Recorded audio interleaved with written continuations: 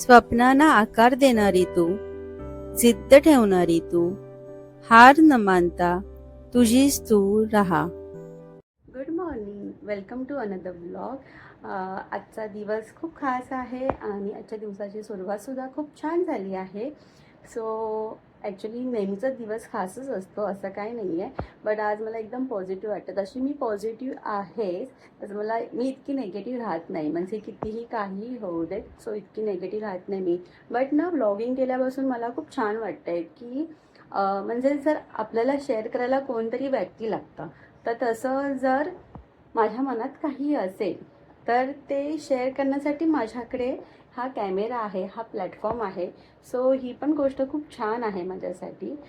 मनात असं ॲज काहीच नसतं, म्हणजे थोडं वाईट वाटतं कधी कधी, कधी कधी खूप चांगलं वाटतं. ते सर्व ज्या मी कविता करते, ज्या मी चारोळी करते, त्यातून तुम्हाला तर कळतच असेल. आय नो सध्या चारोळी खूप ऑन ऑफ होत आहेत, म्हणजे एकदा येते तर येत नाही आहे खूप दिवस, बिकॉज ऑफ सम रिझन्स. खूप काय गोष्टी चालल्या आहेत माझ्या लाईफमध्ये. आणि असं बोलतात ना की एकटीने इतक्या सगळ्या गोष्टी हँडल करणं, I know consistency is a must, but एकटीने इतक्या सगळं हँडल करणं, इट इज इम्पॉसिबल नाही बोलता येणार, but it is difficult. But मी माझ्या वेने ट्राय करते, एकदम मी काम राहू, एकदम शांत राहू आणि सर्व गोष्टी मी हँडल करू आणि त्यासोबतच मी पॉझिटिव्ह राहू. सो जसला मी स्कूलला ड्रॉप केलं आहे आणि मी घरी आली आहे. आज कोणतरी खास पाहुणे येणार आहे, तुम्हाला तर हेडिंगवरून समजलंच असेल की आज काहीतरी कोणतरी येणार आहे, स्पेशल आहेत माझ्यासाठी फार. सो त्यांच्यासाठी थोडंसं मी मार्केटमध्ये गेलेली, थोडं सामान आणलं, मेथीची भाजी आणि ह्याच्यामध्ये आहे टमॅटो, बस बाकी काही नाही आहे. आणि गोड तर मी अगोदरच आणून ठेवलेलं, आमरस आणला आहे.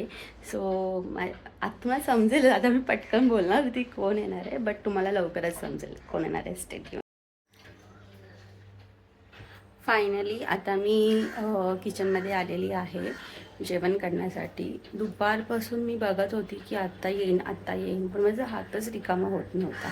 म्हणजे कधी कधी इतकं असं वाटतं की कामच संपत नाहीत घरातली, आणि जे प्लॅनिंग करतो त्यानुसार कधी होत नाही, कारण की माझ्यासोबत ओजसुद्धा आहे.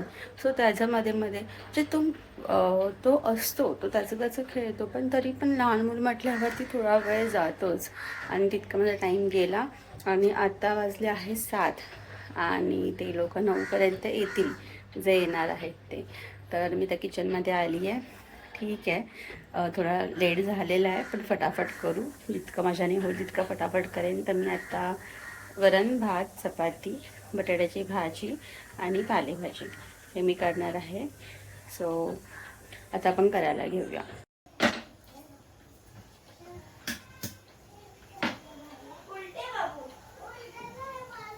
तुला पॅकेट पाहिजे खायचं? नकोच चिकन करायचं.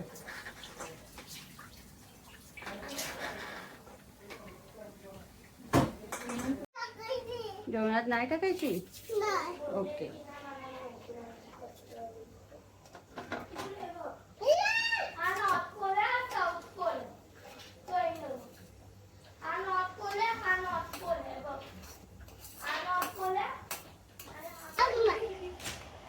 आजी आणि आजोबा आले? काय नाही, ठेव आतमध्ये.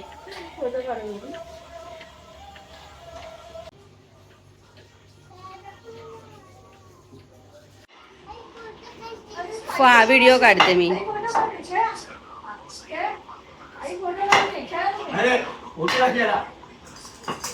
Oh my God.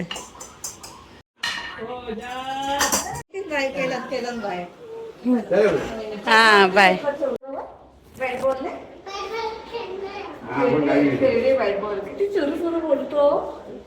तो पण विशाल पण खूप चुरू. तुम्हाला सकाळी मी जे बोललेली की आज कोणीतरी खास येणार आहे, ते हेच आहे. माझे पप्पा आणि मम्मी गावावरून आलेत, आणि मम्मी तर येत राहते, बट माझे पप्पा खूप वर्षांनी आले. जेव्हा आम्ही जुन्या घरी होतो तेव्हा तिथे आलेले माझे पप्पा, आणि आता आम्ही इथे नवीन घरी शिफ्ट झालो तिथे पहिल्यांदा आलेत ते.